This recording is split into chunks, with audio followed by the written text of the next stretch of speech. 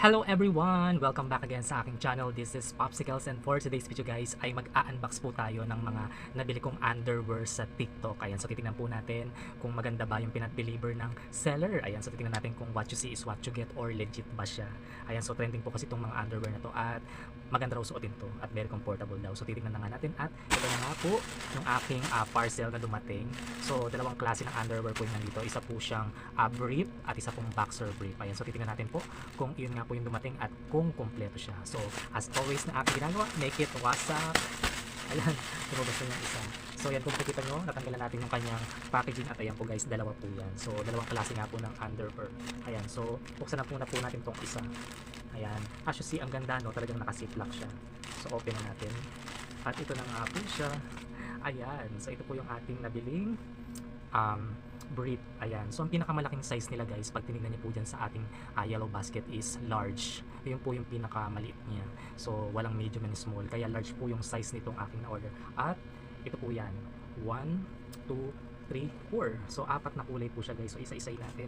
So una, meron po siyang black. Ayan, so kung makikita nyo guys, ang ganda ng kanyang tela. Ayan, yung para siyang may butas-butas na bilog-bilog. Ayan guys, so dito masarap daw itong suotin kasi talagang yung makakahinga.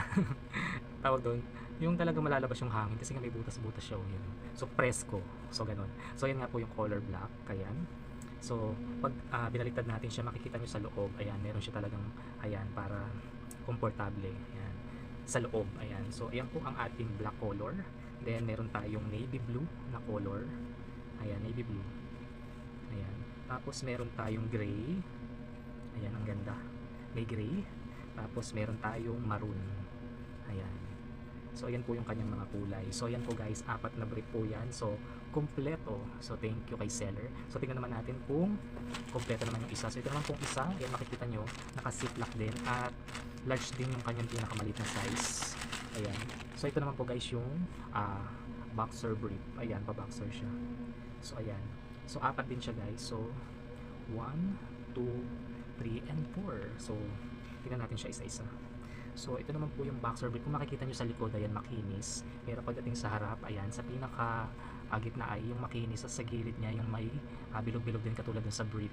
Ayan, so ganyan yung itsura niya. Ayan, so ganun din sa kabila.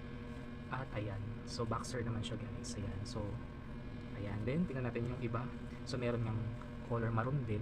Ayan, maroon color. Tapos meron ding navy blue. Navy blue siya. Ayan. At meron pong gray. Ayan, ito yung kanyang likod. So kompleto. So yan, yan po ang ating apat na boxer brief. So yan po, ang ganda ng mga pinadala ni seller. In fairness, kompleto siya, tama. And I think kasya naman sa akin to. So talagang siguro ang pinakamalit nila ay large kung tawagin.